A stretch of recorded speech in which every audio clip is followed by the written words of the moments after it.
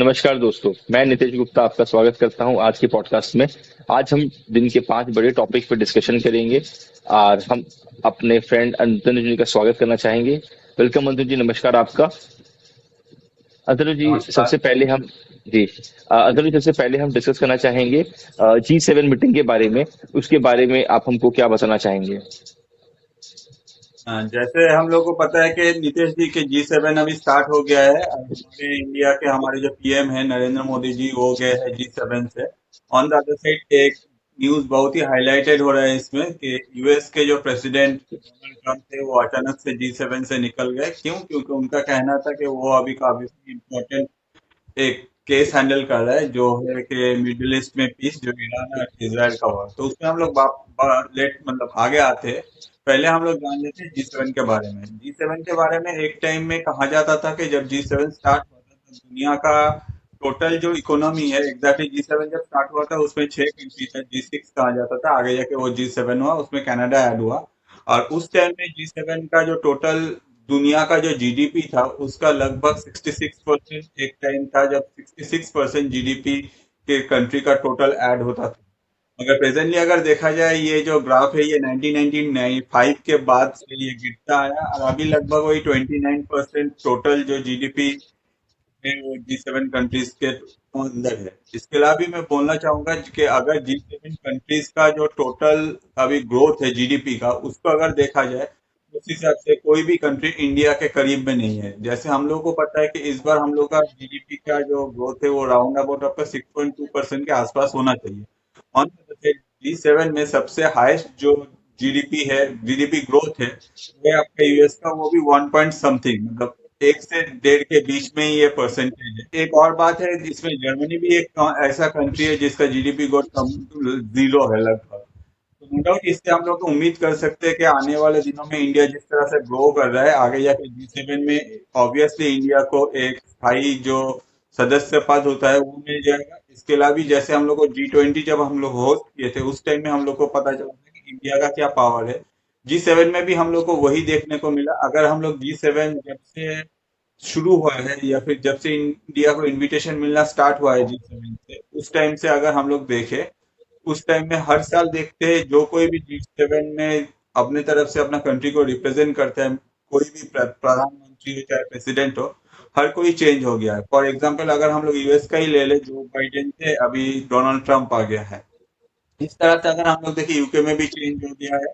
मगर एक ऐसा ही कंट्री है इंडिया, जब से G7 में इंडिया को इन्विटेशन मिलना स्टार्ट हुआ तब से हमारे पीएम श्री नरेंद्र मोदी जी जा रहे थे और अभी भी वो एक कांस्टेंट लीडर है जो G7 में जा रहे हैं। तो आने वाले दिनों में हम लोग ये उम्मीद कर सकते हैं कि इंडिया का एक G7 में जो स्थायी पद है वो मिल सकता है। उनका G7 में जो डिस्कशन होता है कहाँ एग्जैक्टली हर किसी का क्वेश्चन होता है कि G7 क्यों किया जा रहा है। भाई ये लोग तो इतना बड़ा बड़ा सब कंट्री के प्राइम मिनिस्टर है चाहे प्रेसिडेंट है, इन लोगों को आपस में मिलकर बात करने का क्या जरूरत है? इसका मेन जरूरत है, जैसे हम लोग देखते हैं कि कोई भी एक मतलब अगर हम लोग एक गांव ले लें, वहां जैसे पंचायत बैठता है जहाँ जो प्रॉब्लम है, मेजर जो प्रॉब्लम है वो डिस्कस होता है। आगे जाके उस पर कैसे सोल्यूशन किया जाए ये सब डिस्कस होता है। ऐसे ही ये लोग दुनिया के जो मेजर प्रॉब्लम है, चाहे वो इकोनॉमिक प्रॉब्लम हो, चाहे वो कोई हेल्थ रिलेटेड इशू हो, चाहे वो कोई नेचर रिलेटेड इशू हो, ये सब कुछ वहाँ डिस्कस किया जाता है। और इस बार का जो डिस्कशन है नो डाउट ये काफी अच्छा होगा। आगे जाके इसमें मुझे लगता है कि one of the major topic रहेगा ये जो टेररिज्म को लेके या फिर दुनिया ये जो वार की तरफ कन्वर्ट हो रहा है। जैसे कि हम लोग को देखने को मिल रहा है, पहले हम लोग यूक्रेन का वार देखे, उसके बाद हम लोग इसराइल के साथ गाजा का देखे, मतलब गाजा में जो हो रहा था वो देखे, अभी इसराइल ईरान का चल रहा है, बीच में इंडिया पाकिस्तान का हुआ। तो इसको लेके भी डिस्कशन होने का चांसेस बहुत ज्यादा है इस बार G7 में। ऑन द जी अदर साइड हम लोग नेक्स्ट पार्ट पे आते हैं। जैसे मैंने आपको कहा कि डोनाल्ड ट्रंप G7 छोड़ के चले गए, तो डोनाल्ड ट्रंप G7 छोड़ के जाने के टाइम उनको जब पूछा गया कि क्या है, तो उनका कहना था कि भाई मिडिल ईस्ट में एक मेजर इशू हो रहा है जो कि हम लोग का सेकंड टॉपिक है। वो क्या है? वो है ईरान और इसराइल का वार। ये वार जो है ये काफी ज्यादा फैल गया है अभी, और उम्मीद कर सकते हैं कि हम लोग ये एक नेक्स्ट लेवल पे जा सकते हैं। क्योंकि आज के डेट में अगर देखा जाए, इसराइल अपने तरफ से कोशिश कर रहे हैं कि वो लोग आगे जाके सीज फायर में ना जाए, या फिर कोई भी अगर वो लोग अगर ईरान के तरफ से जो भी एग्रीमेंट है यूएस का जिसमें ये लोग को उन लोगों को कहा जा रहा है कि आप लोग आगे जाके को प्रैक्टिस नहीं कर सकते या फिर न्यूक्लियर रिलेटेड कोई प्रोग्राम रन नहीं कर सकते, ये मान लेते हैं तो सही है। अदरवाइज इसराइल के तरफ से हम लोग उम्मीद कर सकते हैं कि आने वाले जो 48 आवर्स है उस बीच में तेहरान के ऊपर एक ह्यूज अमाउंट ऑफ अटैक होने वाला है, जिसके वजह से इंडियन गवर्नमेंट भी अपने तरफ से अपने जो स्टूडेंट है या फिर जो कोई भी सिटीजन है उन लोगों को पहले से ही बोल दिया कि आप लोग वहां से एवैक्यूएट कर दो। इंडियन गवर्नमेंट अपने तरफ से उन लोगों को वापस लाने का जो भी प्रोग्राम है वो बहुत पहले ही स्टार्ट कर दिया है। और तरफ से यूएस के तरफ से भी एडवाइजरी जारी हो गया है कि भाई तेहरान में कोई मत रहो, सब कोई जो है कंट्री में वापस आओ। इसके अलावा भी अगर हम लोग देखें, यूएस का जो एम्बेसी था उसके ऊपर जो अटैक हुआ था इसराइल में ईरान के द्वारा, उसके बाद से यूएस अपने तरफ से इसमें कुछ ज्यादा ही एक्टिव है। ऑन द अदर साइड ये भी मैं आपको बोलना चाहूंगा, पैरेलली ये सब होने के साथ साथ इसराइल और ईरान के बीच में ये जो टेंशन ग्रो कर रहा है, यूएस अपनी तरफ से कोशिश कर रहा है कि अभी भी ईरान मान जाए और ईरान अपने तरफ से ये जो भी एग्रीमेंट है न्यूक्लियर को लेके ईरान ये इसमें साइन कर दे। इसके अलावा भी मैं बोलना चाहूंगा, कहा जा रहा है कि ईरान के जो सुप्रीम लीडर है उनको हो सकता है कि वो ईरान छोड़ के दूसरी कोई कंट्री में चला गया। एक्सपेक्ट किया जा रहा है कि वो हो सकता है कि रशिया चले गए। मगर इस बात को लेके एक दोहराया है जिसमें कहा जा रहा है कि ईरान का प्रेजेंट जो स्ट्रक्चर है, जो कंडीशन है, उस हिसाब से अगर ये जो खमीनी जी है अगर ये चल जाते ईरान छोड़ के तो पूरा जो पिरामिड है ये गिर जाएगा। आगे जाके ईरान अपने तरफ से सरेंडर कर देगा। तो इस बात में बहुत सारा दोहरा है कि वो अभी अंडरग्राउंडेड है या फिर कोई सेफ हाउस में है या फिर वो दूसरा कंट्री में चले गए। उनको ऑलरेडी उम्र हो गया है, मोर देन 86 ईयर्स।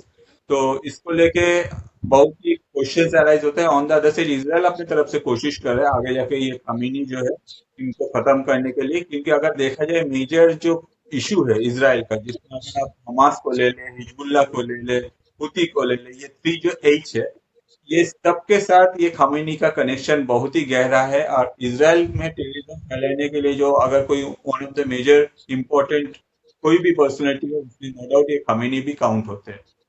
जी। तो इसके साथ ही हमारे दूसरे इसको भी आपने कवर कर लिया जो इसराइल और ईरान के बीच के वॉर के ऊपर ही था। तीसरी खबर की तरफ हम बढ़ना चाहेंगे, वो ये रहेगा आज के लिए कि आज सेंसस का जो डेट होने का है 27 ऑफ 2027 में इशू किया जाएगा। उसका फेज के डेट्स इशू हो गए हैं और इस बार पहली बार हमारे इतिहास में 1951 के बाद जब ये होगा तो आदमी का कास्ट और रिलीजन दोनों को उसमें गण जनता में गिना जाएगा।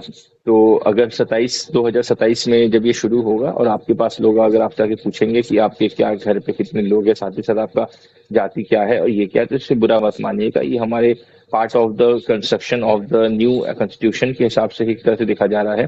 तो वो हम सबको बेनिफिट करेगा, डेफिनेटली हम सबके अच्छे के लिए ही रहेगा इसमें। बोलना चाहूंगा, यहाँ के कुछ दिन पहले ऑपोजिशन की तरफ से इसको लेके काफी हंगामा हो रहा था, स्पेशली जो बिहार के इलेक्शन है उसमें भी हम लोग देखे ये एक पॉइंट बनाया जा रहा है। तो अब जब गवर्नमेंट ने ये स्टेप ले लिया कि कास्ट सेंसस होने वाला है और शुरू होने वाला है, तो ऑपोजिशन का क्या स्टैंड रहा है इसमें? ऑपोजिशन के पास एक बहुत बड़ा था इक्का तुर्क का इक्का था। उन्होंने सोचा था कि हम कास्ट वाले कार्ड को खेलेंगे, बट बीजेपी गवर्नमेंट खुद ही इस चीज को पहले ही आउटप्ले कर दिया और उन्हें बोला कि नहीं, अगर ये चीज के लोगों के मन में किसी भी चीज का किसी भी तरीके का अगर डर या भय ऐसा रहता है इस कास्ट वाले चीजों को लेके तो हम उसको इंक्लूड कर लेंगे। इनफैक्ट इससे एक बहुत क्लैरिटी आ जाएगी कि रिजर्वेशन वाले जो सेगमेंट है उसमें भी लोगों को बहुत सारा एक मन में रहता है कि किसको कितना रिजर्वेशन मिलेगा नहीं मिलेगा।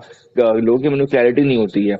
बट इस बार जब अगर कास्ट बेसिस पे होगी सबके सब रिलीजन बेसिस और कास्ट बेसिस के ऊपर जो कॉलम रहेगा तो किसको क्या कितना मिलना चाहिए, किसका कॉम्पोजिशन कितना है, कौन मेजोरिटी है कौन माइनॉरिटी है, माइनॉरिटी का क्या परसेंटेज बढ़ा है कि नहीं और क्या घटा है कि नहीं, ये सबको लेके बहुत सारे इंटरनेशनल मीडिया में भी बहुत सी रिपोर्ट्स आती हैं कि पहले से मुकाबले में माइनॉरिटीज के ऊपर दबाव हो रहा है, उनको तकलीफ होती है।